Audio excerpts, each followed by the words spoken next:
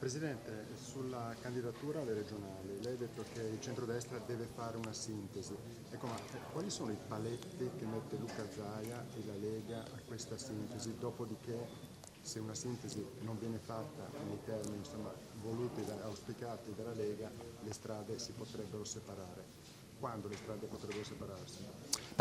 Prima il Veneto, prima i Veneti, prima i cittadini del Veneto, dico che è fondamentale che questa sia la priorità. Se si ragiona in questa direzione si sa già cosa si deve fare, dopodiché io sono a disposizione di quello che è il mio partito e vedremo quale sarà la risultanza di questa riflessione che secondo me è doverosa da fare nel rispetto dei Veneti.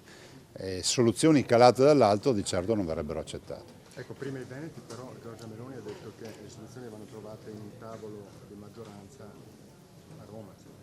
Al di là della localizzazione dei tavoli, di quello che faranno, noi Veneti abbiamo una capacità di lettura, se è favorevole o contrario ai Veneti, quello che si decide in maniera istantanea, per cui facciano pure le riflessioni, benvengano le riflessioni e dopodiché si tratterà di capire che continuità si dà a questa amministrazione e soprattutto quanto saranno rispettati i Veneti. A disposizione del partito, ma Zaia è pronto comunque a correre con la lista Zaia come consigliere regionale? Ma io a disposizione del partito vuol dire tutto, nel senso che non penso che ci siano ancora 10 mesi di fronte, che è un'era glaciale, è inutile stare qui a fare previsioni, lanciare tanti warning, definiamoli così. Day by day, giorno dopo giorno, vedremo quale sarà l'evoluzione di tutta questa corsa. Ne ho fatte ancora corse in solitaria, corse nel centrodestra. È ovvio che noi speriamo di fare una corsa unitaria, però è fondamentale che ci siano dei presupposti per farla bene. Fratelli d'Italia vorrebbe il sindaco di Venezia, cosa ne pensa?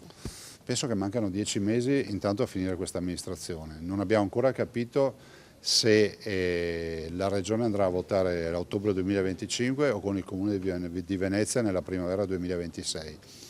E penso che proprio nel rispetto dei Veneti, finché sono qui in Regione, parlo di Regione. La partita del terzo mandato lei non la vede ancora chiusa? Può ancora immaginarsi di ascoltare la voce dei Veneti con uno Zaia ancora governatore? Guardi, ci ritroviamo in un momento storico particolare per il Veneto, che è innegabile, cioè i Veneti chiedono la mia ricandidatura e lo chiedono in maniera trasversale. Detto questo, lasciando a parte altri ragionamenti, dico che abbiamo ancora in piedi una sentenza della Corte Costituzionale che ci aspettiamo rispetto al tema Campania. Cercheremo di capire che evoluzione ci sarà e si cercherà anche di capire cosa vuole fare il governo, perché finché ci sono i tempi il governo può anche dare altre indicazioni. Al momento ci sembra di capire che non ci siano espressioni o ufficiali, visto e considerato che qui c'è un dibattito che non si capisce dove vada a finire. Però Meloni e Tajani hanno avuto delle parole abbastanza chiare, soprattutto Tajani. Ma sì, io ho visto che ci sono delle dichiarazioni assolutamente chiare, è una questione di coerenza, dopodiché la coerenza ci porta anche a dire che le cariche dei sindaci, di solo 100 sindaci su 6.000 e di solo alcuni governatori sul totale dei governatori hanno il blocco di mandati, guarda caso sono le uniche cariche elettive. Perché poi parlamentari, deputati, onorevoli, Presidente del Consiglio, Presidente della Repubblica, senza far guerra a nessuno, ma è un dato di fatto, non hanno limite di mandati. Detto questo, Per un'eventuale corsa in solitaria i numeri ci sono per una vittoria? Ma guardi, non devo essere io a dirlo e soprattutto non metterei il carro davanti ai buoi, questo è fondamentale, cioè la lettura non deve essere che Zaia vuol correre da solo, la lettura dice Zaia dice avete 10 mesi di tempo per pensare, cercate di risolvere il problema. Ma non un candidato calato dall'alto comunque deve essere il territorio. Ma questo mi sembra la condizione di base, cioè il prerequisito per ogni ragionamento. Ma calato dall'alto significa che non lo decidono Tajani, Meloni e Salvini in una stanza a Roma. Significa che ci deve essere un dibattito tra le forze politiche locali del Veneto. Beh, penso che questo sia condivisibile anche da anche altri esponenti anche di altri partiti, non solo della Lega, rispetto al fatto che chi deve governare il Veneto deve essere espressione del Veneto. ipoteticamente via il terzo mandato, Luca Zaia è strapronto.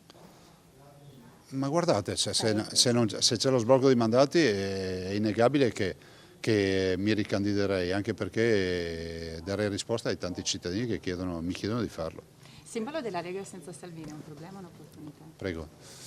Io penso che abbiamo aperto tanti fronti, non andrei a aprire un altro fronte che non serve a nulla, nel senso che il problema non è star lì a parlare di simbolo in questa fase. problema di questa fase è di parlare di progettualità, di programmi e soprattutto di una questione che secondo me non è in antitesi con la questione meridionale, ma è assolutamente, va di pari passo, che è quella del nord.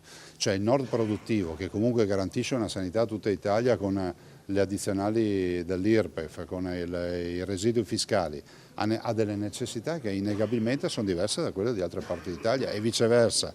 Il sud ha bisogno di avere delle azioni forti e energiche, ad esempio per risolvere tutto il tema delle diseguaglianze. Quindi nord e sud vanno a pari passo, ma a volte con istanze diverse.